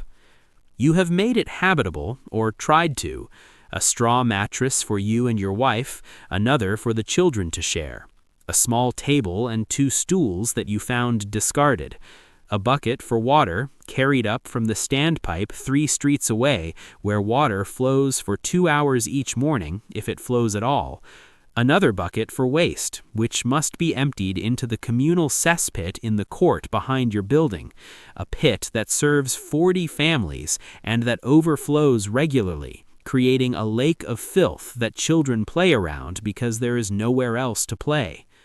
The smell is what you notice first every morning, what you never quite stop noticing even though you have lived here for 2 years. It is the smell of human waste and decay, of garbage rotting in the streets, of the slaughterhouses and tanneries and factories that surround this neighborhood, of the Thames at low tide when the sewage and industrial waste that pour into it all day are exposed to the air. It is a smell so thick you can taste it, so pervasive that your clothes and hair carry it always, marking you as someone from the slums even when you venture into better neighborhoods. Your wife is cooking breakfast over a small fire in the corner, feeding it with scraps of wood your eldest son collected yesterday, wood that is probably stolen from building sites or torn from abandoned houses, but that you do not ask about because fuel must come from somewhere and you cannot afford coal. The breakfast is porridge made from oats bought at the chandler's shop, cheaper than flour but nutritious enough to fill small stomachs. The children are waking, coughing as they always wake, the cellar's dampness having settled in their lungs, creating the chronic respiratory problems that kill so many children in places like this. Your youngest, the baby, is feverish, has been feverish for 3 days, and you watch her with the anxiety that never leaves parents in the slums, because you have already buried 2 children, one to scarlet fever and one to the cholera epidemic 3 years ago that killed 14,000 Londoners, most of them in neighborhoods like yours. The work is brutal. Lifting and carrying heavy loads for 12 hours, the pace set by piece rates that encourage speed over safety, accidents common and compensation non-existent. But it is work, and at the end of the day you will have earned enough to feed your family and pay the rent, and perhaps, if you are careful, save a few pennies against the inevitable periods when no work is available and you must rely on the parish or on pawning what little you own. Around midday, news spreads through the docks of another cholera case in Soho, a neighborhood to the west, and the men stop their work briefly to discuss this in low voices. Cholera is the great terror of the slums, striking without warning, killing within hours, turning healthy adults into corpses so quickly that families barely have time to understand what is happening. The disease had receded after the Great Epidemic of 1848-1849, but it returns periodically, and each mention of a new case triggers the fear that another epidemic is beginning. The doctors disagree about what causes cholera, you have heard. Some say it is the bad air, the miasma that hangs over the slums, generated by the rotting waste and the filth.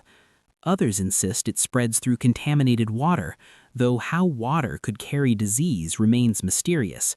The practical result is the same.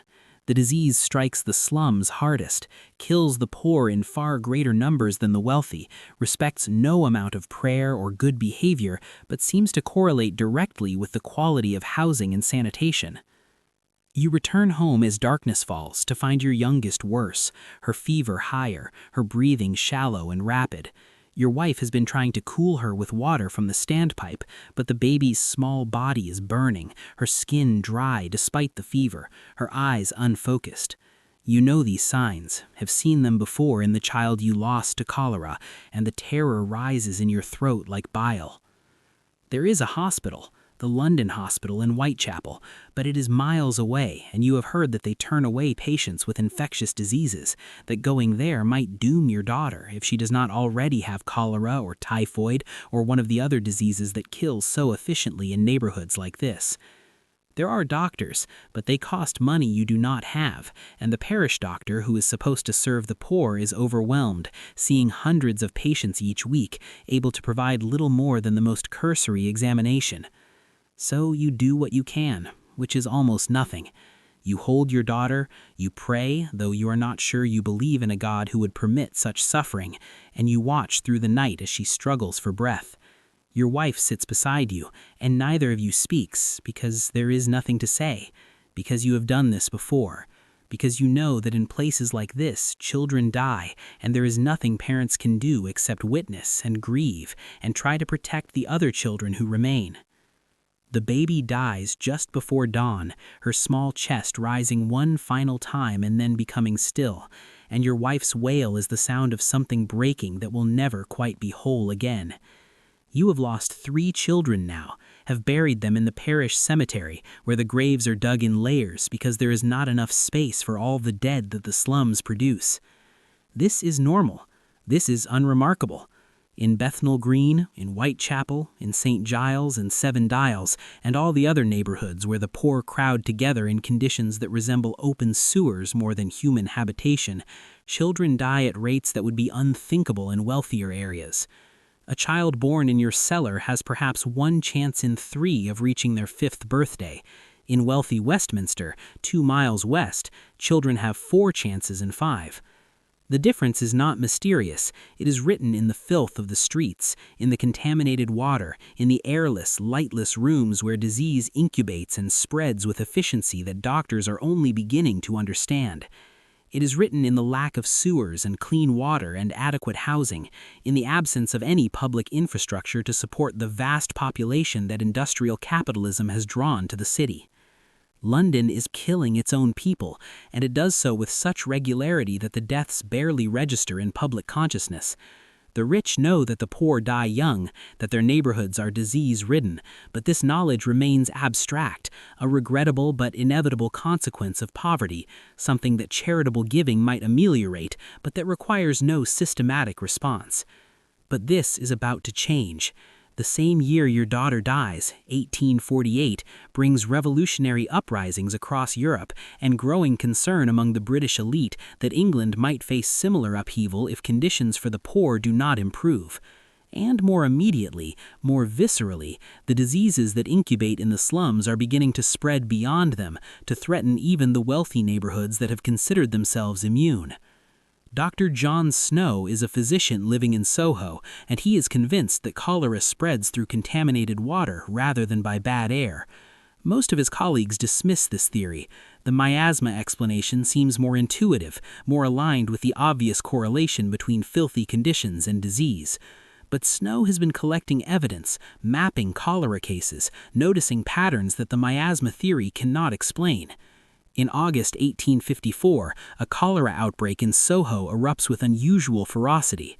Within 3 days, 127 people die within a quarter mile of Broad Street. Families flee the neighborhood, businesses close, panic spreads. Snow investigates, interviewing survivors, mapping each case, trying to find the source. He notices that nearly all the deaths cluster around a single public water pump on Broad Street. He finds anomalies, a woman who lived far from Broad Street but who had water from the pump delivered to her because she preferred its taste, and who died of cholera. Workers at a nearby brewery who drank beer rather than water and who remained healthy. A workhouse with its own well where no one contracted cholera despite being in the outbreak zone. Snow presents his evidence to the parish authorities and convinces them to remove the handle from Broad Street pump, preventing its use. The outbreak subsides within days. Snow has not yet proven his theory. The epidemic might have been waning naturally, but he has demonstrated a pattern that is impossible to ignore. The source of the contamination, he discovers, is a cesspit less than 3 feet from the well, the sewage from a house where a cholera victim had lived seeping into the groundwater that the pump draws from. The well that had been killing people was contaminated by the very waste that London's lack of sewerage infrastructure forced residents to store in pits and privies scattered across the densely populated city. Snow's work is met with skepticism by the medical establishment, but it plants a seed. The understanding that cholera is waterborne, that the city's water supply is contaminated by its own sewage, that the lack of proper sewerage is not just unpleasant, but deadly. You know nothing of Dr. Snow's theories, care little about the mechanisms of disease transmission. You only know that you have buried another child, that your cellar floods with sewage, that the water from the standpipe tastes of the Thames, and the Thames tastes of the filth that pours into it from 1,000 sources. But change is coming. driven not by compassion for families like yours, but by the recognition that disease knows no class boundaries, that epidemics starting in the slums will eventually reach wealthier neighborhoods, that public health is not a luxury but a necessity, even for those who can afford private water supplies in houses far from the most squalid areas. The summer of 1858 brings what will be remembered as the Great Stink. London endures an unusually hot, dry summer, and the Thames, which serves as the city's sewer, becomes unbearable. The river is so laden with human waste and industrial effluent that in the heat it becomes an open cesspool. It smells so overpowering that Parliament, which meets in buildings directly beside the Thames, cannot function. Curtains soaked in chloride of lime are hung over the windows in a futile attempt to block the stench. Parliamentarians flee to the corridors in discussion of moving the entire government out of London. The crisis forces action that years of reformers' pleading could not achieve. Within 18 days, Parliament passes legislation authorizing Joseph Bazalgette, the chief engineer of the Metropolitan Board of Works, to build a comprehensive sewerage system for London. Bazalgette's design is ambitious beyond anything attempted before. He proposes to build 82 miles of main sewers, intercepting the dozens of smaller sewers that currently pour into the Thames and diverting their contents downstream, past the populated areas, where it will be discharged at high tide to be carried out to sea. The main sewers will be fed by thousands of smaller pipes, creating a network that will serve the entire metropolis. The construction takes nearly 20 years and employs thousands of workers, many of them navvies who have built the railways, now applying their skills to this massive underground project. They dig through clay and chalk and gravel, building brick tunnels large enough for a person to walk through, creating an invisible infrastructure that will transform London from a disease-ridden death trap into a livable city. You are too old by then to work on the construction yourself, but your sons find employment there, earning decent wages digging the tunnels that will carry sewage from neighborhoods like Bethnal Green to the pumping stations that will move it eastward. They come home covered in mud and exhausted, but the pay is regular and the work is steady, and they take pride in building something that will last, that will serve the city for generations. The sewerage system opens in stages through the 1860s and 1870s, and the transformation is immediate and dramatic. Streets that had been open sewers for decades are suddenly clean. The gutter is carrying only rainwater. Cesspits are abandoned, filled in, replaced by connections to the new sewers. The smell that had defined working-class London begins to dissipate as human waste is carried away through underground pipes rather than left to fester in streets and courts. More importantly, death rates begin to fall. Cholera, which had killed thousands in successive epidemics, disappears from London after the sewers are complete. Typhoid cases decline dramatically. Infant mortality begins a slow but steady decrease that will continue for decades. The connection between sanitation and health, which Snow and other reformers had argued for years, becomes undeniable as the evidence accumulates. But sewerage is only part of the solution. The water supply itself must be addressed, because pumping water from the Thames downstream from sewage discharge points is only marginally better than the previous system of drawing it from wherever was convenient. Private water companies, which have been selling water of dubious quality to those who can afford it, are gradually brought under public control, their sources moved to cleaner parts of the Thames or to reservoirs built specifically to supply the city. The concept of public health emerges from these crises and reforms. The understanding that government has a responsibility to provide infrastructure necessary for health, that markets alone cannot solve problems like sewerage and clean water, that collective action is necessary to prevent disease. The first medical officers of health are appointed, tasked with monitoring disease, investigating outbreaks, recommending sanitary improvements. Your cellar is eventually condemned as unfit for habitation, part of a larger effort to eliminate the worst housing in London's slums. You are forced to move, and while the new housing is far from luxurious, a single room in a tenement building rather than a cellar, it has windows and a connection to the new sewerage system and access to clean water from a tap in the courtyard. Your remaining children grow up in this marginally better environment, and the chronic respiratory problems that killed your youngest begin to seem less inevitable, less like the natural order of things. Housing reform follows sanitation reform, slowly and incompletely but steadily. The first building regulations are passed, requiring minimum standards for new construction, windows for light and ventilation, prohibition of cellar dwellings, standards for drainage and water supply. Philanthropic organizations begin building model dwellings for the working class, apartment buildings designed to provide decent housing at affordable rents, demonstrating that it is possible to house the poor in conditions that do not guarantee disease and death. The transformation is not complete in your lifetime. There are still slums, still neighborhoods where poverty concentrates and death rates remain horrifically high, still families living in conditions that would shock those who never venture into the poorest areas. But the trajectory has changed. The understanding has shifted from accepting squalor as inevitable to recognizing it as addressable, from seeing public health as a private concern to understanding it as a collective responsibility. You are an old man now, in your 60s, which is old for someone from your background, someone who has breathed the filthy air and drunk the contaminated water and lived in the damp cellars of industrial London. You sit in the small room that is now your home, with actual windows that open to let in air and light, with a water tap that provides clean water any time of day, with a connection to the sewer system that carries waste away invisibly, and you remember the cellar, the smell, the children you buried. Your grandchildren do not believe your stories about the cellar, about streets flowing with sewage, about water that killed those who drank it.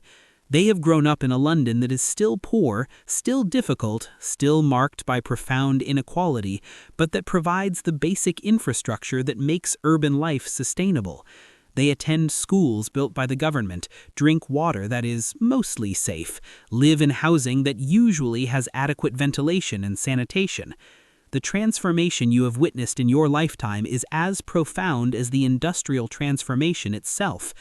The city that was killing its inhabitants through sheer filth and overcrowding and lack of infrastructure has been partially tamed, made survivable, given the systems necessary to support dense human population. The invisible networks of sewers and water pipes, the regulations governing housing and public health, the recognition that government must provide what markets will not, these represent a revolution as significant as the steam engine or the factory system. The irony is not lost on you. The industrial system that drew millions to cities, creating the squalor and disease that killed so efficiently, also generated the wealth and the technical capacity to address these problems. The sewers were built with engineering expertise developed for railways. The pumping stations were powered by the same steam engines that ran factories. The prosperity created by industry, however unequally distributed, made it possible to invest in public infrastructure on a scale that would have been unthinkable in earlier eras. But the transformation required more than technical capacity. It required political will, social pressure, the recognition that allowing the poor to die in filth was not just unfortunate but dangerous, that epidemic disease respected no class boundaries, that public health was truly public, affecting everyone regardless of wealth or status. The Great Stink was the crisis that forced action, the moment when the consequences of neglecting sanitation became impossible to ignore even for those who had previously considered themselves immune. Parliament's own discomfort, the visceral experience of the Thames stench, accomplished what years of reformers' reports and moral arguments could not.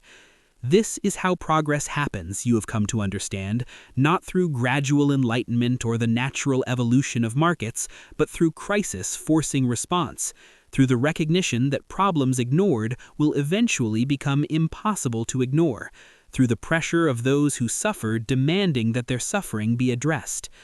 You think about the children buried in the parish cemetery, your 3 and the thousands of others, children who died from diseases that are now preventable, from conditions that are now recognized as unacceptable. Their deaths were not meaningless, not entirely. They are part of the evidence that eventually forced change, part of the terrible accounting that made it impossible to continue claiming that the slums' mortality rates were natural or inevitable. On Sunday, you walk along the Thames embankment, the great stone wall that Bazalgette built to contain the river and hide the main sewers, transforming the riverbank from a reeking mudflat into a pleasant promenade. You can smell the river still, but it is the smell of water rather than sewage, and there are trees planted along the embankment and benches where people sit enjoying the view. If this journey through the Industrial Revolution's transformation of daily life has given you new appreciation for the infrastructure we take for granted, consider leaving a like to help others discover this history. Subscribe to continue exploring the moments when humanity changed forever. And in the comments, let us know what other transformations you would like us to illuminate, what other hinges of history deserve to be remembered. Until then, may you never take for granted clean water, safe streets, or the invisible systems that make modern life possible. Good night.